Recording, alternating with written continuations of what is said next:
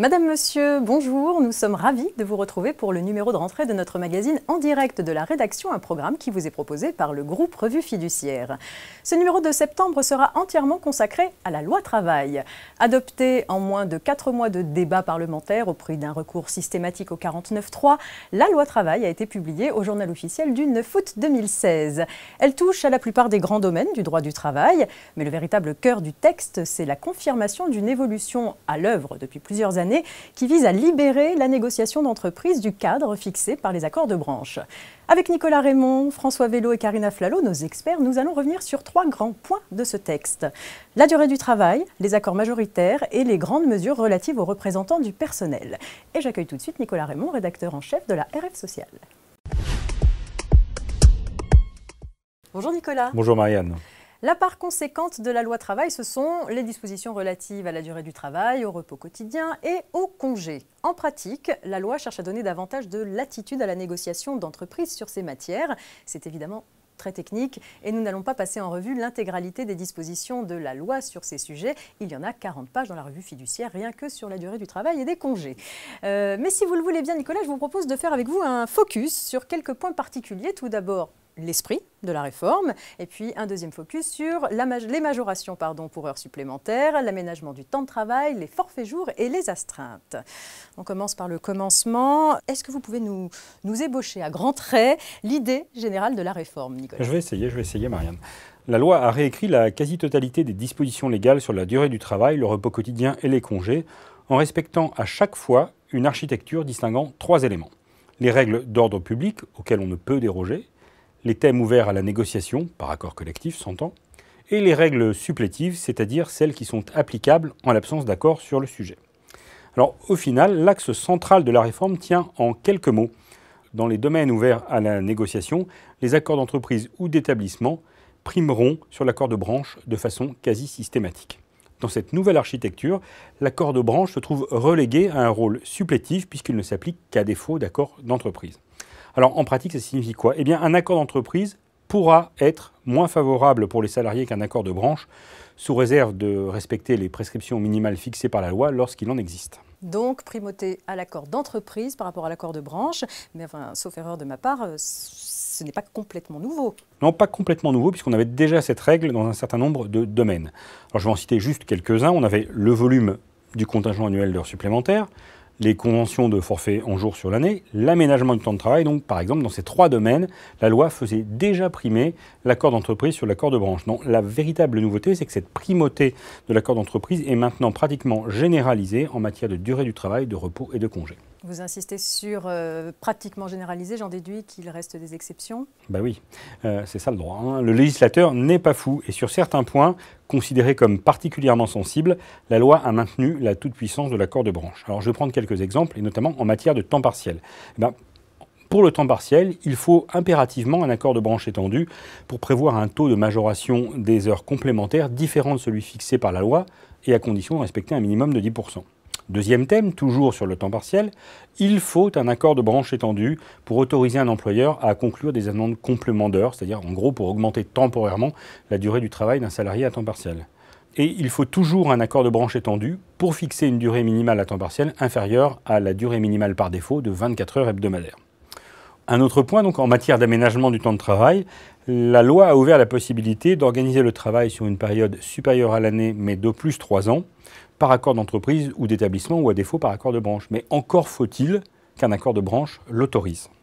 Donc ça, voilà pour les principes. On va essayer d'être plus concret. Je vous propose de prendre un exemple, le fameux exemple des heures supplémentaires. Qu'est-ce que ça nous donne? Je vais commencer par ce qui ne change pas, justement. Donc tout d'abord, les taux de majoration applicables par défaut. C'est-à-dire lorsqu'on n'a pas d'accord collectif, finalement, la situation ne change pas par rapport à avant la loi travail. Les 8 premières heures supplémentaires sur la semaine sont majorées de 25% et les heures supplémentaires accomplies au-delà sont majorées à 50%. Autre règle qui ne change pas, c'est on peut, par accord collectif, fixer d'autres taux de majoration, donc éventuellement inférieurs à 25 et 50%, en respectant un minimum de 10%. Alors, ce n'est pas une nouveauté, ça existait déjà. D'accord. Alors, finalement, la véritable modification, c'est quoi? C'est que désormais, sous réserve de respecter un minimum de 10%, les taux prévus par accord d'entreprise ou d'établissement primeront sur ceux fixés par un accord de branche lorsqu'il y en a. Ça veut dire qu'ils pourront être inférieurs. Alors surtout, il en va ainsi, y compris si on a affaire à des accords de branche antérieurs à mai 2004, ou alors qui contiennent des clauses de verrouillage. Alors je ne vais pas rentrer dans les détails juridiques, mais si je dois faire court, je dirais que la loi a fait sauter les verrous de fait qui, en pratique, interdisaient bien souvent aux entreprises de fixer à leur niveau des taux de majoration pour heures supplémentaires inférieurs à ceux fixés par la branche. Très bien Nicolas, merci. Laissons de côté ces questions de hiérarchie des normes et passons maintenant à l'aménagement du temps de travail. Ici, la loi apporte un peu de souplesse aux entreprises. Oui, avec un cadre général, là encore, qui n'est pas modifié. Donc ce qui ne change pas, on va toujours commencer par ça, c'est qu'on peut aménager le temps de travail sur une période supérieure à la semaine par accord collectif. Comme avant, l'accord d'entreprise ou d'établissement en fait, va primer sur l'accord de branche. C'était déjà le cas depuis 2008. La principale modification, finalement, c'est l'allongement de la période de référence. Donc, auparavant, on ne pouvait pas aménager le temps de travail sur une période qui dépassait l'année. Et bien, depuis le 10 août 2016, on peut aller jusqu'à 3 ans, et comme on le disait tout à l'heure, à condition qu'un accord de branche l'autorise. D'accord, donc ça c'est pour les entreprises qui aménagent le temps de travail par accord collectif, et pour les autres? Bien, à défaut d'accord collectif, le Code du travail permettait déjà aux employeurs d'aménager le temps de travail seul, donc sans accord collectif, sur une période de plus 4 semaines. Et dans ce cas-là, on avait un dispositif prévu par décret qui prenait le relais. Bien, la loi travail assouplit ce mécanisme au profit des petites entreprises, puisque désormais, les employeurs de moins de 50 salariés, donc les petites entreprises, peuvent aménager le temps de travail seul sur une période qui peut aller jusqu'à 9 semaines, pas sans accord collectif. D'accord, très bien. Pour les forfaits jours, la loi enrichit le contenu des accords collectifs, mais si on y regarde de plus près, ce n'est pas enrichir pour enrichir. Le véritable but est de sécuriser la situation des employeurs qui sont couverts par des accords collectifs de forfaits jours défaillants par rapport aux exigences de la jurisprudence. Ce que vous dites est tout à fait exact, Marianne. Ces dernières années, une abondante jurisprudence s'est développée visant à garantir au profit des salariés en forfait jour le respect des durées maximales du travail, des repos quotidiens et hebdomadaires et plus généralement la protection de leur santé et de leur sécurité. Alors, pour essayer de mettre le Code du travail en phase avec finalement ce que sont les réelles exigences de la jurisprudence, la loi a ajouté de nouvelles mentions aux accords collectifs autorisant le recours aux conventions de forfait jour. Entre autres nouveautés, les accords collectifs doivent maintenant comporter des clauses relatives à l'évaluation et au suivi de la charge de travail du salarié, des clauses aussi sur des échanges périodiques que le salarié doit avoir avec son employeur, et enfin des clauses sur le droit à la déconnexion. Cependant, la loi n'est pas absolutiste et prévoit des béquilles. Les accords qui ne contiennent pas ces clauses peuvent toujours servir de support à la conclusion de conventions individuelles de forfait, à condition que l'employeur respecte les règles supplétives prévues par le Code du travail. Et en quoi consistent ces règles supplétives? Eh bien, pour la charge de travail et le suivi périodique, si l'accord ne prévoit rien, l'employeur doit absolument faire 3 choses. Premièrement, établir un document retraçant les journées et demi-journées travaillées. On ne vous demande pas un décompte à l'heure, c'est journée et demi-journée travaillées. Deuxièmement, l'employeur doit s'assurer que la charge de travail du salarié est compatible avec les normes minimales en matière de repos hebdomadaire et de repos quotidien. En clair, il ne faut pas trop charger la mule. Et enfin, dernière chose, l'employeur doit organiser au moins une fois par an un entretien avec son salarié pour échanger sur sa charge de travail, l'organisation de son travail, l'articulation entre son travail et sa vie personnelle, ainsi que sur sa rémunération quand même. Alors pour le droit à la déconnexion, eh bien, si on n'a rien là, l'employeur doit définir les modalités d'exercice du droit à la déconnexion pour le salarié et les lui communiquer. Très bien. Autre sujet maintenant, les astreintes. Sous condition et moyennant des contreparties, un employeur peut demander à un salarié d'effectuer des astreintes en se tenant prêt à intervenir en cas de nécessité.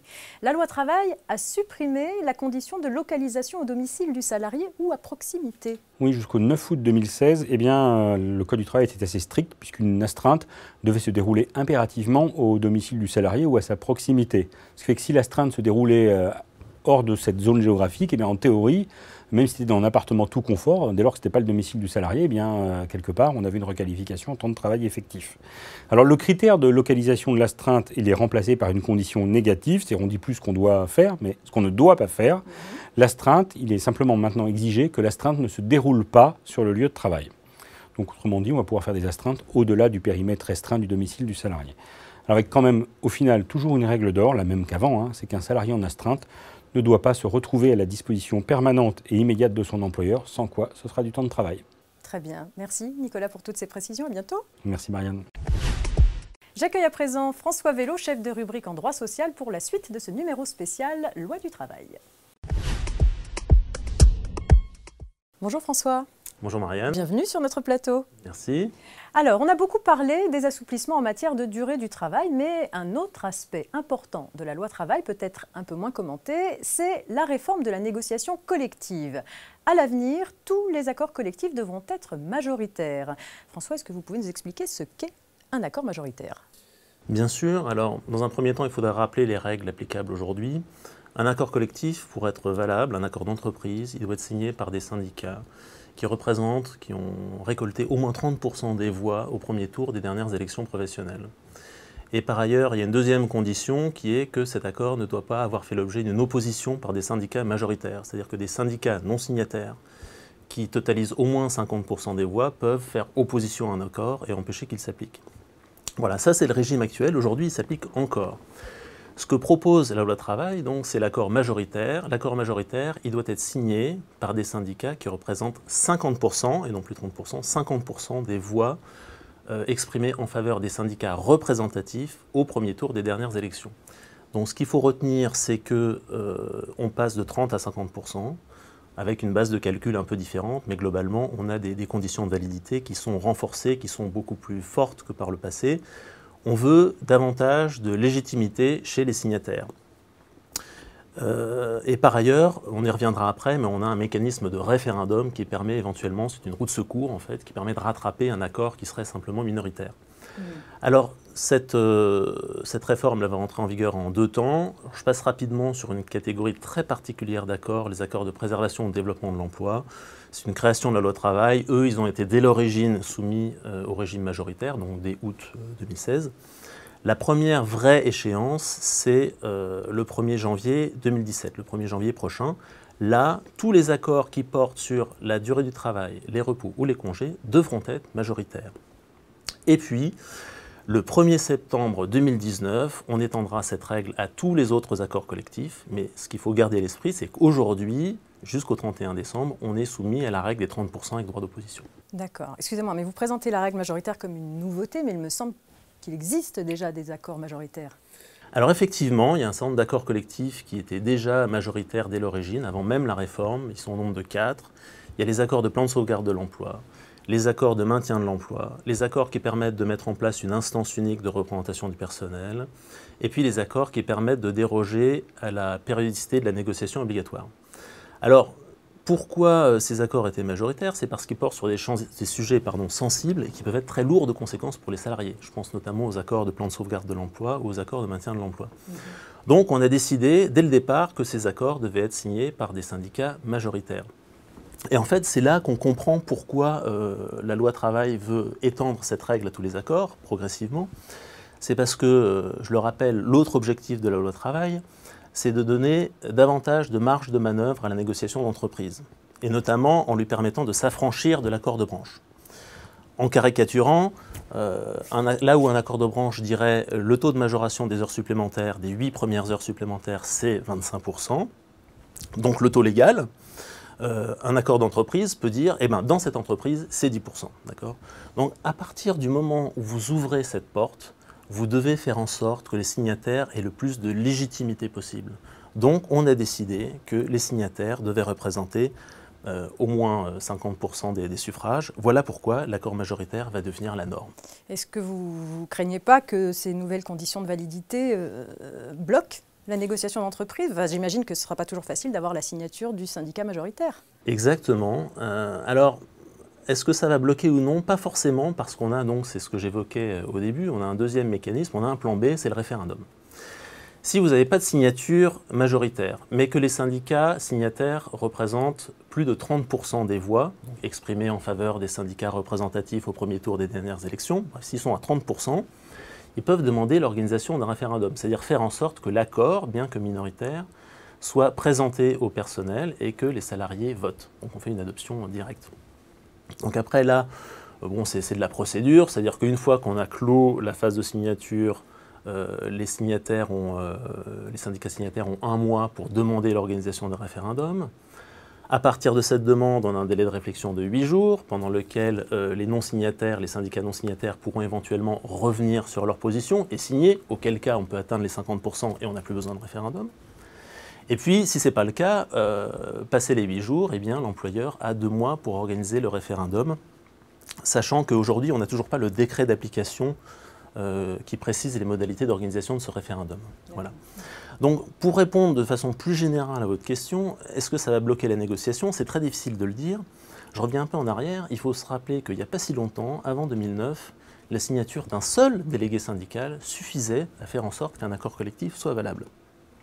Et puis, à partir du 1er janvier 2009, c'était la loi démocratie sociale, on a dit, c'est le régime actuel, maintenant il faut représenter 30% des voix et on a un droit d'opposition majoritaire. Donc là, il y a beaucoup d'observateurs qui ont dit c'est une catastrophe, on ne va jamais arriver aux 30%, ça va tuer la négociation collective. Et puis le fait est que ça a marché. Je veux dire, aujourd'hui, il s'est quand même écoulé pas mal de temps, les entreprises continuent à conclure des accords, donc ça fonctionne. Donc concrètement, aujourd'hui, est-ce que l'accord majoritaire va tuer ou non la négociation collective? Je crois que c'est très difficile de le dire, c'est un saut dans l'inconnu. À suivre donc. Merci François pour toutes ces explications. J'étais ravie de vous accueillir sur ce plateau. Mais moi de même, merci. Il est temps à présent d'accueillir Karina Flalo, chef de rubrique en droit social. Bonjour Karine. Bonjour Marianne. Alors vous avez souhaité commenter pour nous certains aspects de la loi travail relatifs aux représentants du personnel. Exactement, il faut de tout. Alors il faut quand même savoir que la majorité des mesures de la loi travail qui sont relatives à la représentation du personnel ont en réalité pour objet de parachever les réformes qui avaient déjà été engagées dans ce domaine par les lois Macron et Rebsamen de l'an dernier. Donc aujourd'hui, moi, je préfère plutôt mettre l'accent sur 2 nouveautés. La première étant relative aux heures de délégation. Très bien, mais avec plaisir. Alors c'est parti. Allons-y. La loi travail a relevé de 20% certains crédits d'heures de délégation, c'est bien ça? Exactement. Ça concerne les délégués syndicaux et le délégué syndical central. Donc, comme vous l'avez dit, ils ont désormais un volume d'heures de délégation qui est plus important. Pour donner un exemple, pour un délégué syndical dans une entreprise de 50 à 150 salariés, eh bien, il va passer de 10 à 12 heures de délégation par mois. Alors, il y a aussi une hausse dans les grandes entreprises qui concerne cette fois les sections syndicales, puisque chacune d'entre elles va bénéficier de ce même pourcentage de hausse, 20%, pour le crédit d'heures supplémentaire qui est attribué à ces délégués ou bien aux salariés de l'entreprise qui vont être appelés à négocier une convention ou un accord d'entreprise. Donc ce volume d'heures de délégation est attribué pour leur permettre de préparer en amont cette négociation. Est-ce que vous pouvez nous expliquer aussi ce que la loi travail a prévu pour les heures de délégation des salariés au forfait jour? Oui, alors c'est un petit peu le deuxième volet de la loi travail concernant les heures de délégation. Il faut savoir que cette loi est venue créer un mécanisme de décompte particulier des heures de délégation pour ces salariés qui ont un temps de travail décompté en jours et non pas en heures. Ici, l'idée, c'est de remédier à la difficulté de concilier d'un côté un crédit calculé en heures avec un temps de travail décompté en jours. Alors aujourd'hui, la règle est claire. Sauf si un accord collectif nous dit le contraire, mais bon, disons qu'à part ce cas de figure particulier, le salarié qui a conclu une convention individuelle de forfait en jours sur l'année et qui est représentant du personnel ou représentant syndical va avoir désormais un crédit d'heures de délégation regroupé en demi-journées. Et ces demi-journées viendront se déduire du nombre de jours travaillés qui est fixé dans sa convention individuelle. Et à combien d'heures de mandat correspond cette demi-journée? Alors 4 heures de mandat, sachant qu'un décret va bientôt définir dans quelles conditions le salarié bénéficiera de son crédit d'heures restant lorsque celui-ci est inférieur au seuil de 4 heures qui vient d'être fixé. Très bien. Vous nous parliez aussi en début de cet entretien d'une seconde nouveauté que vous souhaitiez évoquer avec nous. Quel suspense? De quoi s'agit-il? Ah, ça va beaucoup plaire aux employeurs. Ça concerne la procédure de contestation par l'employeur d'une expertise demandée par le CHSCT. Il faut savoir que dans ce domaine, les employeurs ont de quoi se réjouir puisqu'ils n'auront plus à prendre en charge les frais d'expertise si un juge vient annuler la décision décision du CHSCT de recourir à un expert. Donc cette procédure de contestation va désormais se dérouler en 2 étapes. On a une première étape où l'employeur va saisir le juge judiciaire, c'est logique. Donc il aura 15 jours pour le faire à partir de la délibération du CHSCT relative à cette expertise. Et cette saisine va notamment avoir l'avantage de suspendre l'exécution de l'expertise jusqu'à la notification du jugement. Dans un deuxième temps, cette fois-ci, le juge intervient, donc il va statuer en référé dans les 10 jours, mais contrairement au référé classique, il va trancher ce litige sur le fond.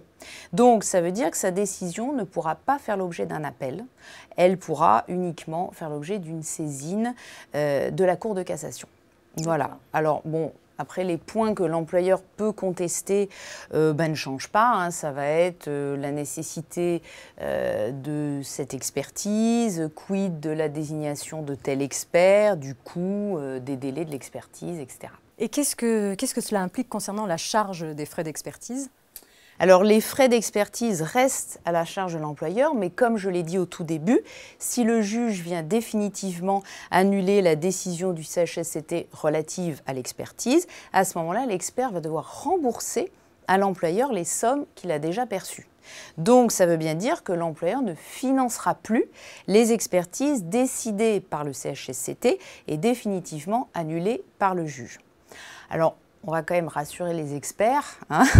Il faut savoir que ces frais pourront, à l'avenir, être pris en charge à tout moment par le comité d'entreprise au titre de sa subvention de fonctionnement.